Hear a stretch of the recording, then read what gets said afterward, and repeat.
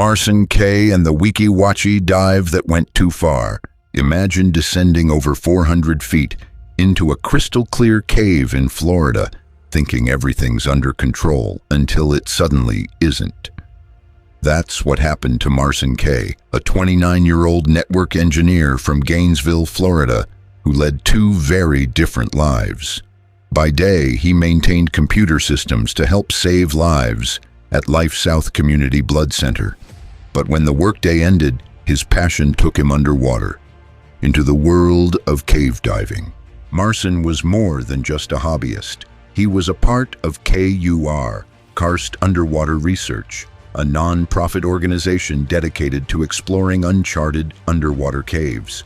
It wasn't just about adrenaline. These dives collected valuable scientific data, and Wachee Cave, that was one of Florida's most beautiful, mysterious, and deadly freshwater systems.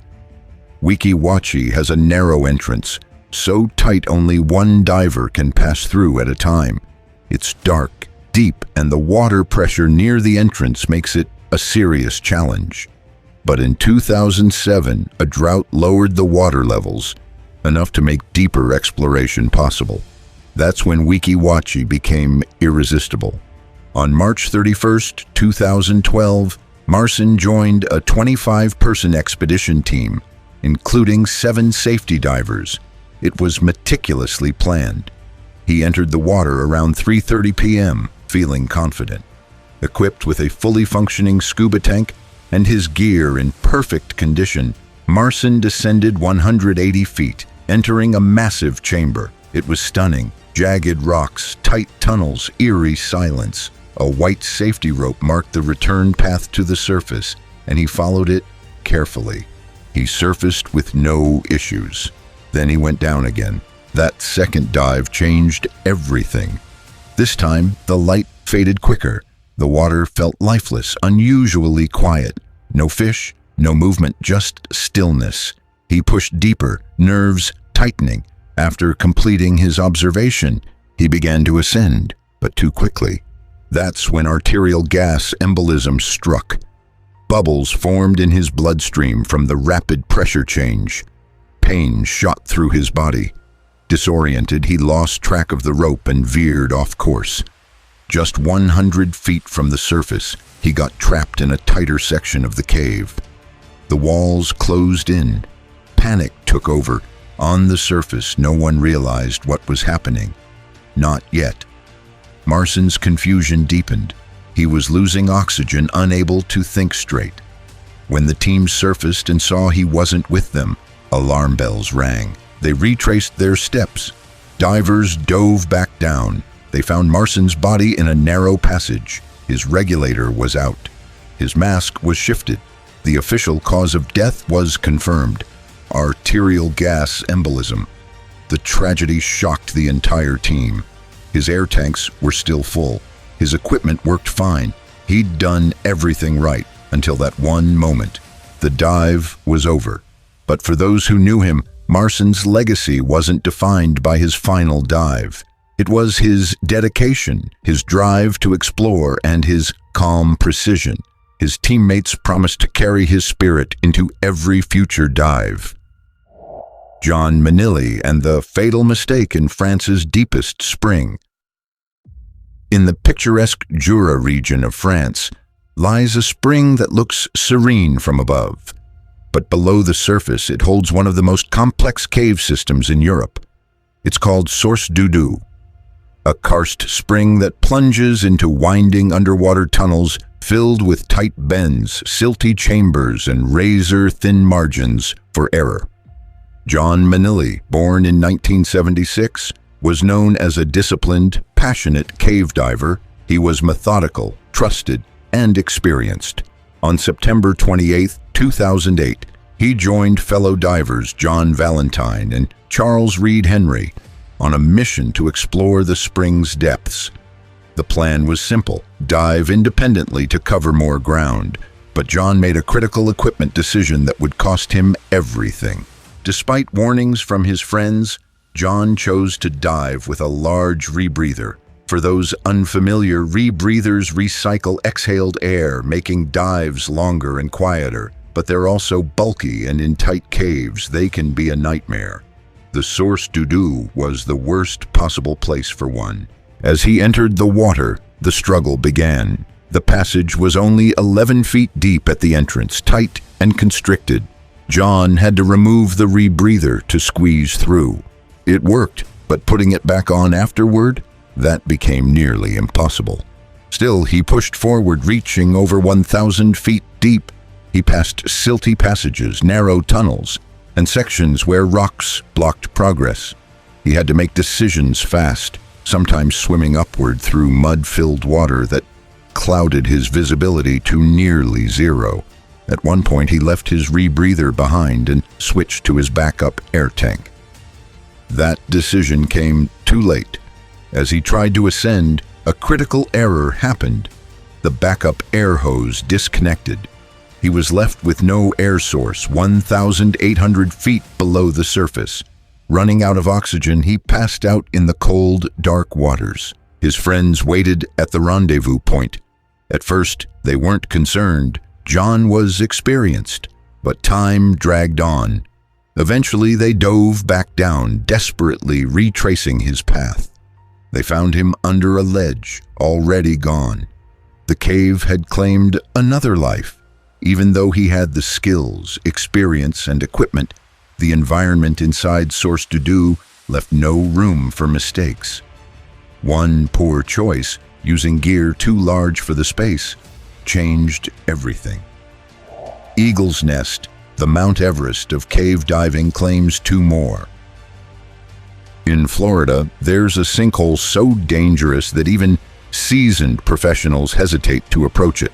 It's not just deep, it's deceptive. It's called Eagle's Nest, and divers call it the Mount Everest of cave diving. It doesn't look like much from the surface. Algae covers the top, bugs swarm around, and the water is murky. But beneath, there's a vast underwater maze that drops 300 feet below the surface and stretches over a mile. Many have gone in. Not all have returned. On October 16, 2016, 3 divers, Chris Rittenmeyer, Patrick Peacock, and Justin Blakely, arrived for a weekend dive. Chris and Patrick were highly experienced and had explored Eagle's Nest before. Justin, the least experienced, stayed near the surface while the other 2 went deep into the system. The plan was to regroup an hour later. Only Justin came back. He waited. Minutes passed, then hours. Finally, at 6 p.m., he called 911. Rescue teams arrived, but Eagle's Nest is one of the worst places to search for missing divers. It's deep, dark, and endlessly winding. Navigating it is like swimming through the intestines of the earth. Divers searched through the night. The next morning, they found the bodies 260 feet down, side by side, in one of the most dangerous chambers. The exact cause of their deaths remains officially unknown. Equipment failure, silt out, wrong turn. Whatever went wrong, it was fatal. And it wasn't the first time. Since the 1980s, more than 10 people have died in Eagle's Nest. The site still attracts thrill seekers, scientists, and explorers. But the signs posted at the entrance say it all. There's nothing in this cave worth dying for. Frozen desperation, the Papoose Cave rescue. Papoose Cave in Idaho isn't known for beauty or tourists. It's known for brutal cold, roaring underground waterfalls, and near constant darkness. Temperatures inside hover around 36 degrees Fahrenheit. It's an unforgiving place, and in 1970, it nearly claimed 2 lives. Jerry Thornton, 25, brought along 13-year-old Joel, a novice with no caving experience, for an adventure. Bad idea from the start. Joel wore cowboy boots, cotton clothes, and a metal hard hat. None of it appropriate for such harsh conditions. By 2:30 p.m., they reached a pit with a waterfall pouring through. Jerry descended first using a ladder, then helped Joel down. But once inside, Joel was overwhelmed by the freezing water and slippery terrain. They tried to turn back. Jerry climbed up without issue. Joel couldn't. Exhausted, soaked, and cold, he was stuck. Then came a stroke of luck. 4 experienced cavers from the Cascade Grotto happened to arrive. They sprang into action, warming Joel with spare clothing and shared body heat, but he still couldn't climb. That's when they changed plans. They used a dry nearby shaft to build a counterbalance pulley system, a smarter, safer rescue method. Bit by bit, they pulled Joel to safety. By midnight, everyone was out. The story is a powerful reminder that caves don't care about confidence. Without proper gear or experience, even a short trip can turn into a rescue mission. Hubbard's Cave, lost in the dark, failed by the system. What happens when 2 adults disappear inside a cave and authorities refuse to let anyone help? Hubbard's Cave in Colorado was the site of one of the most bizarre cave rescues ever. In 2003, John and Sherry entered the cave unprepared.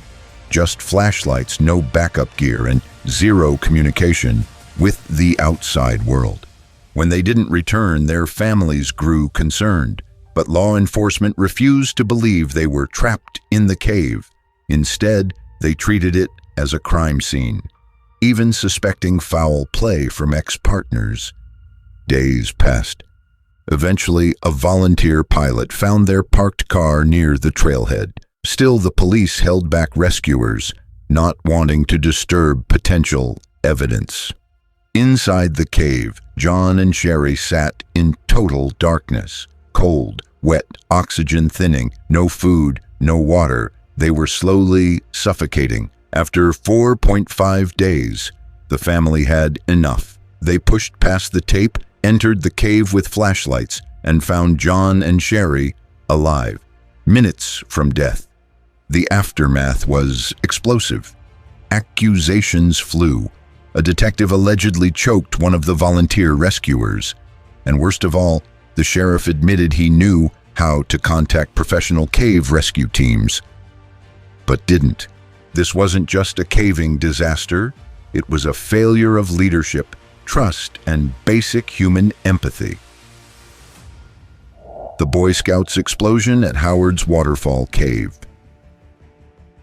In 1966, a Boy Scout troop entered Howard's Waterfall Cave in Georgia for what should have been a thrilling but safe lesson in caving.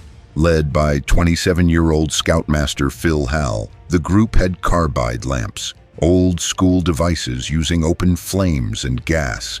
As they got deeper into the cave, some boys started feeling dizzy. Headaches, nausea, labored breathing, all signs of toxic air. Phil noticed a strange smell. Then, without warning, a fireball engulfed the back of the group. An explosion, then a cave-in. Several scouts were burned, others were unconscious. Phil suffered broken ribs. The exit was blocked. Outside, help rushed in. 2 young locals, Rusty and Bernie, knew the cave well. They soaked their shirts in water, tied them around their faces, and led the rescue team into the toxic dark. Working by touch and instinct, they dug through the rubble. They reached the trapped group. One by one, they pulled the boys out, but it came at a cost. Phil, Rusty, and Bernie didn't make it. All 3 died saving the scouts. Later, it was discovered that a nearby gas station had leaked gasoline into the cave, creating a deadly buildup of fumes. Their heroism lives on, honored by the Southeastern Cave Conservancy. Rusty's cave notes helped future explorers, and a new sinkhole was named in his memory. Slip and fall in Fitten Cave, when confidence isn't enough. Fitten Cave in Arkansas is a beautiful but closed cave system, known for its delicate formations and rare biological diversity.